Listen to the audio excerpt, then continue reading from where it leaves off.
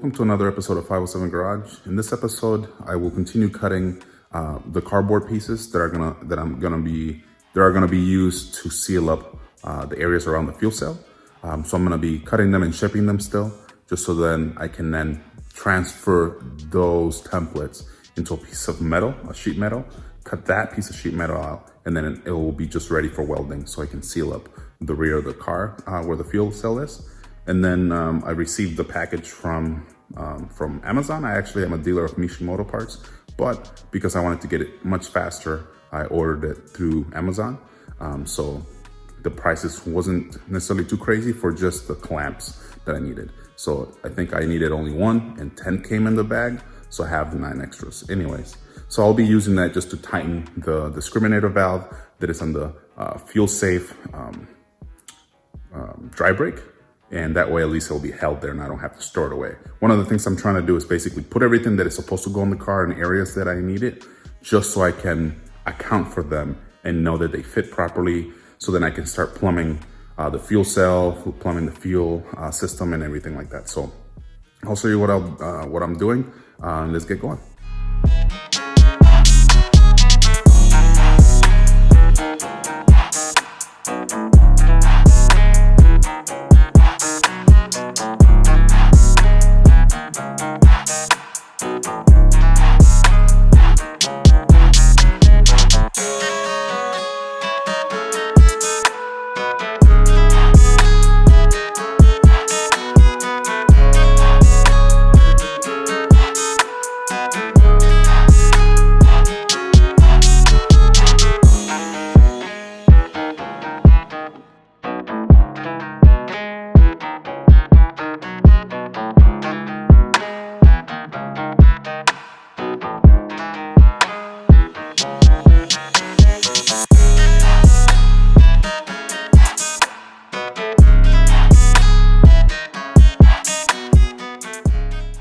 So one of the areas, or one of the things I need to address eventually, is the alignment of the car in the front.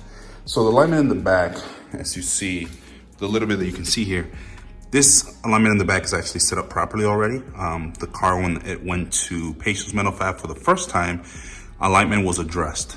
So the alignment that you see in the back is set up for grip. So it's proper back there, but not long after I got it back, I changed the front subframe. So by doing that, I pretty much ruined the alignment that they had for me, which was another, alignment set up for grip. And as you see, they made some markings here. So a 3.875 is what they had marked it, and they had marked most likely the center here in regards to the wheel when they are using those. I can't remember the name of the tool used to basically make sure that the tire and the wheel are aligned properly. That's the marking that they came with. I have that same marking on the other side of the car, but I don't have the proper tools for myself to do it. So I'm gonna either have to get it to an alignment shop to get that done, or I'm going to have to just fix the toe issue on my alignment. When I straighten the wheels are kind of like this. I need to align them so they're more straight instead of having that kind of a V setup. So that's one of the things I'll be addressing. So just kind of keep an eye out for many different things that need to be addressed in this car. Like I said, some of them are small, but either I don't have the skill or the equipment to do. So either I have to depend on someone else's help for it, or I have to get the car back on a tow truck to get it moved. For example, like getting the alignment in the front done, I would have to tow it to a alignment shop just to get that done. And that is about probably 10 minutes away or less, not really far, but it still is a hassle to get it towed there, especially with snow falling now here in Minnesota, and we're getting another kind of long snow day today. So anyways, this is where things are at. So I got this bag of clamps. These are the Worn gear clamps. It's a 10-pack black.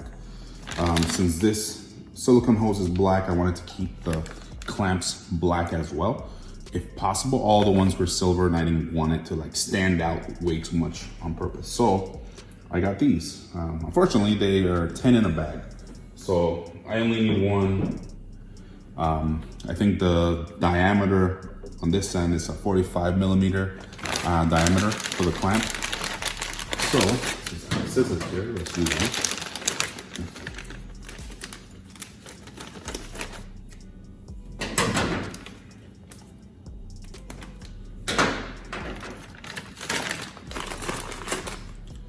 So it's a flathead, so I'll need a flathead screwdriver.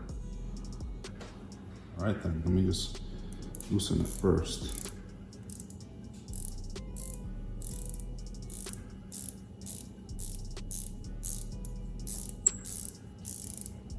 Is it even doing it?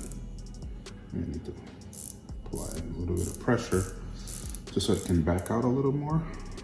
I don't even know if this is all the way, if it's enough. There it goes. All right, so I'm happy with that. Okay, there. All right, let's apply this then. See, proper direction. There.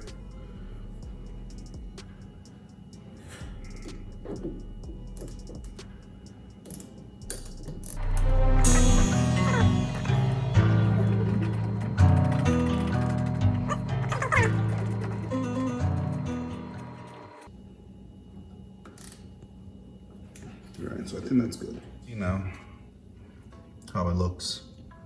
Spacing is good on it. It's all the way in. So even though you see that small lip right there, that's pretty much all the way in. So yeah, so it's in the way that I'm happy with. So now the unit would run like that.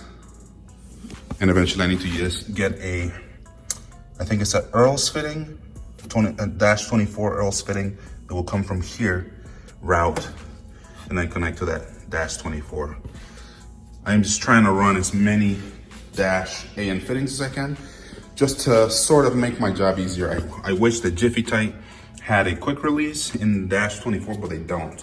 So I have to run a different one, and I'm just gonna go for a dash 24 AN from Earl. So for now, that's pretty much what I have. Here is just getting these cutouts. They're all done. So then eventually they can be sealed off, as you can see, right?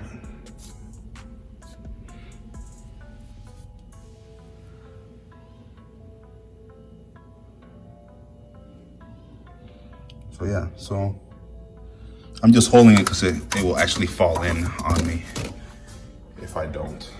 But that's the shape that I got for them, so that will seal and it will be closed. So yeah, all done for now. Still got a lot more work to do, but all right, there.